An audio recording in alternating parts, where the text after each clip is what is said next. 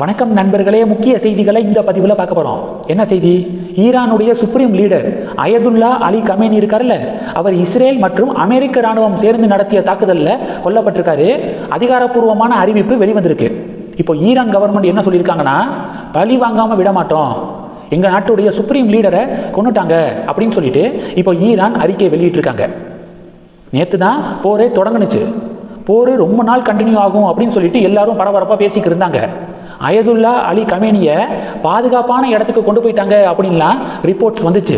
ஆனால் எந்த இடத்துக்கு அயதுல்லா அலி கமேனி கொண்டு செல்லப்பட்டாரோ கரெக்டாக அவர் இருக்கக்கூடிய இடமா பார்த்து இஸ்ரேலும் அமெரிக்காவும் சேர்ந்து துல்லியமாக கண்காணித்து தாக்குதல் நடத்தியிருக்காங்க. இந்த தாக்குதலில் தான் கமேனி கொல்லப்பட்டிருக்காரு. எதுக்காக இஸ்ரேலும் அமெரிக்காவும் ஈரான் மீது தாக்குதல் நடத்துது? நேற்று போட்ட வீடியோவில் சொல்லியிருந்தேன். ரெண்டு காரணம். ஒன்று, ஈரான் நியூக்ளியர் வெப்பன் தயாரிச்சுக்கு இருக்காங்க, அதற்கான முயற்சியில் அடிக்கடி ஈடுபடுறாங்க. இந்த தகவல் எப்போ இஸ்ரேல் மற்றும் அமெரிக்க இராணுவத்துக்கு கிடைக்குதோ, உளவு அமைப்புக்கு கிடைக்குதோ, உடனே ஈரான் மீது தாக்குதல் நடத்துவாங்க. அடிக்கடி நடக்கும் சண்டை இவங்க ரெண்டு பேருக்கு இடையே. ஏன்னா நியூக்ளியர் வெப்பனை ஈரான் தயாரிச்சிட்டாங்கன்னா அது ஃபியூச்சரில் எதிர்காலத்தில் இஸ்ரேலுக்கு பாதிப்பு அப்படிங்கிற அடிப்படையில், எதிர்காலத்தை கருத்தில் கொண்டு ப்ரிவென்ஷன் அடிப்படையில் ஈரான் மீது தாக்குதல் நடத்துகிறாங்க. குறிப்பாக அந்த நியூக்ளியர் வெப்பன் தயாரிக்கக்கூடிய இடமா பார்த்து அட்டாக் பண்ணுவாங்க இஸ்ரேலும் அமெரிக்காவும். இது முதல் காரணம். ரெண்டாவது காரணம் என்னன்னா, ஈரானுடைய சுப்ரீம் லீடர்கிட்ட இருந்து ஈரானுக்கு நாங்கள் விடுதலை வாங்கி கொடுக்க போகிறோம். ஈரான் மக்கள் நீண்ட காலமாக அவங்க அடிப்படை உரிமைகளை மறுக்கப்படுது ஈரான் மக்களுக்கு, குறிப்பாக பெண்களுக்கு.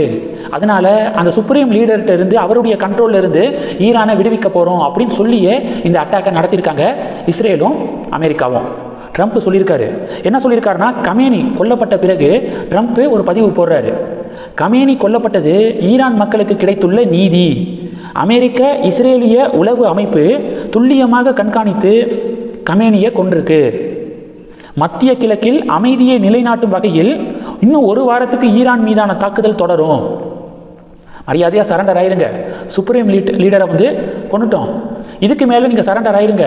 இல்லை நீங்கள் எங்களுடைய யூஎஸ் பேஸ் இருக்கக்கூடிய, அதாவது இராணுவ தளமெல்லாம் இருக்கக்கூடிய நாடுகள் மீதெல்லாம் அட்டாக் பண்ணீங்க அப்படின்னா டெஃபினட்டாக இதை விட மோசமான தாக்குதலை ஈரான் சந்திக்க வேண்டியது இருக்கும் அப்படின்னு இப்போது ட்ரம்ப் எச்சரிக்கை விட்டுருக்காரு. இதெல்லாம் ஒரு பெரிய பரபரப்பாக பேசப்படுது.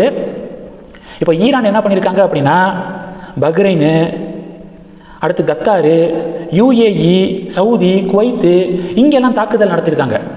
அதாவது உலகத்திலே ரொம்ப சேஃபஸ்ட் பிளேஸ் எது அப்படின்னா துபாய், அபுதாபி அப்படின்னு நிறைய பேர் சொல்லுவாங்க. ஏன்னா அங்கே தீவிரவாத தாக்குதல்லாம் நம்ம கேள்விப்பட்டிருக்கவே மாட்டோம்.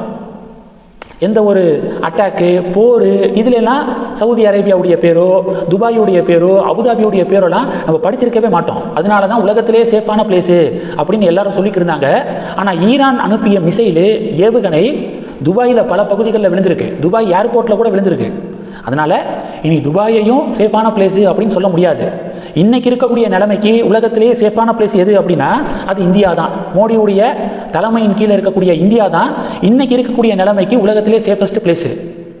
இந்திய மக்கள் போல்டாக தெரிவிக்கிறாங்க. பிரைம் மினிஸ்டர் மோடிக்கு நன்றி தெரிவிக்கிறாங்க. வேர்ல்டு மேப்பை எடுத்து வச்சு பாருங்கள், ஒவ்வொரு நாட்டுக்கும் ஒவ்வொரு பிரச்சனை. இங்கே பக்கத்தில் பாகிஸ்தானுக்கும் ஆப்கானிஸ்தானுக்கும் இடையே சண்டை நடந்துக்கு இருக்கு. ஸ்ரீலங்காவில் பொருளாதார பிரச்சனை நடந்துக்கு இருக்கு.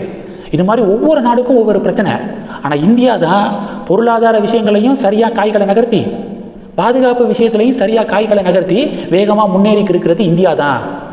நேஷனல் செக்யூரிட்டி சம்மந்தப்பட்ட செய்திகளை பார்க்கும்போது அண்ணாமலை சமீபத்தில் சொன்னது ஞாபகம் வருது. ஒரு கான்க்ளேவில் உக்ரைன் ரஷ்யா இடையேயான போர் பற்றி நீங்கள் என்ன நினைக்கிறீங்க, இந்த போரிலிருந்து நீங்கள் என்ன கற்றுக்கிட்டீங்க அப்படின்னு அண்ணாமலை கிட்ட கேள்வி கேட்கப்பட்டுச்சு. அதுக்கு அண்ணாமலை சொன்னார், சொத்து என்ன பொருட்களை நம்ம சேர்த்துருந்தாலும் சரி, உறவுகளாக இருந்தாலும் சரி, நேஷனல் செக்யூரிட்டி இருந்தால் மட்டும்தான் இதெல்லாம் நமக்கு சொந்தம். எவ்வளவு பெரிய பணக்காரராக இருந்தாலும் தேசம் பாதுகாப்பாக இருந்தால் தான் நம்ம சம்பாதிச்ச பொருட்கள் எல்லாமே நமக்கு சொந்தம். தேசம் பாதுகாப்பாக இல்லைன்னா எல்லாத்தையும் விட்டுட்டு நம்ம அகதிகளாக வேறு நாட்டுக்கு போக வேண்டியதாக இருக்கும். உக்ரைன் நாட்டை சேர்ந்தவர்கள் அவங்க சம்பாதிச்ச எல்லாத்தையும் அங்கேயே விட்டுட்டு அண்டை நாடுகள்கிட்ட அடைக்கலம் தேடி போயிருக்காங்க. அண்டை நாட்டினர் அடைக்கலம் கொடுத்துருக்காங்க உக்ரைன் நாட்டு மக்களுக்கு. ஆனால் நமக்கு அப்படியெல்லாம் கிடையாது. நம்மளுடைய அண்டை நாடுகளை பாருங்கள். வெஸ்ட்டு பார்த்தீங்கன்னா பாகிஸ்தானு, ஈஸ்ட் பார்த்தீங்கன்னா Bangladesh, south ocean, Indian ocean, north China. அடைக்கலம் தேடி கூட நம்ம நாட்டினர் எங்கேயும் போக முடியாது. அப்போ நம்ம நாட்டுக்கு பாதுகாப்பு தான் முக்கியம். யார் பாதுகாப்பை சரியாக கொடுக்குறாங்களோ அவங்களுக்கு ஓட்டு போடுங்க. அவங்கள ஆதரிங்க, மோடி அதனாலேயே ஆதரிங்க அப்படின்னு அண்ணாமலை சமீபத்தில் சொல்லியிருந்தாரு. அதுதான் எனக்கு மைண்டில் வருது. எதிர்கட்சிகள்லாம் இருக்காங்கல்ல, திமுக, காங்கிரஸ், சும்மா அரசியலுக்காக மோடியை விமர்சனம் பண்ணிக்கிட்டே இருப்பாங்க. மோடி காம்ப்ரமைஸ் ஆயிட்டாரு அப்படின்னு சொல்லிட்டு சும்மா அரசியலுக்காக பேசுவாங்க. ஆனால் எந்த அளவுக்கு செக்யூரிட்டியை நாட்டில் டைட் பண்ணி வச்சிருக்காரு அப்படிங்கிறதுக்கு இதுவே சான்று. அதாவது ரம்ஜான் நோன்பு காலகட்டத்தில் நம்ம இருக்கோம். ஆனால் மிடில் ஈஸ்ட் கண்ட்ரிஸை பாருங்கள், மத்திய கிழக்கு நாடுகளை பாருங்கள், பயங்கரமாக அடிச்சுக்கிறாங்க. கல்ஃப் கண்ட்ரிஸ் மீது ஈரான் தாக்குதல் நடத்துகிறாங்க. ஈரானும் இஸ்லாமிய நாடு தான், கல்ஃப் கண்ட்ரிஸும் இஸ்லாமிய நாடு தான், அடிச்சுக்கிறாங்க 2 பேரும். ஆனால் இந்தியாவில் இருக்கக்கூடிய இஸ்லாமியர்கள் எந்த பிரச்சனையும் இல்லாமல் அவங்க அழகாக ரம்ஜான் நோன்பு இருந்து அழகாக அவங்களுடைய வாழ்க்கையை வாழ்கிறாங்க. ஆனால் இங்கே எதிர்கட்சிகள் மோடியுடைய ஆட்சியில் சிறுபான்மை மக்கள் பாதுகாப்பாக இல்லை அப்படின்னு சொல்லிட்டு இங்கே எதிர்கட்சிகள் உருட்டிக்கு இருப்பாங்க. எவ்வளோ பெரிய முரண்பாடு பார்த்தீங்களா அப்படின்னும் பாஜகவினர் பதிவுகள் போட்டுருக்காங்க. இந்த செய்திகளை பற்றி உங்களுடைய பார்வைகளை மறக்காமல் கமெண்ட் பண்ணுங்கள். தொடர்ந்து கணக்கில் இருக்க, அடுத்தடுத்து நிறையா பதிவுகளை பார்க்க போகிறோம். நன்றி. ஜெய் ஹிந்த்.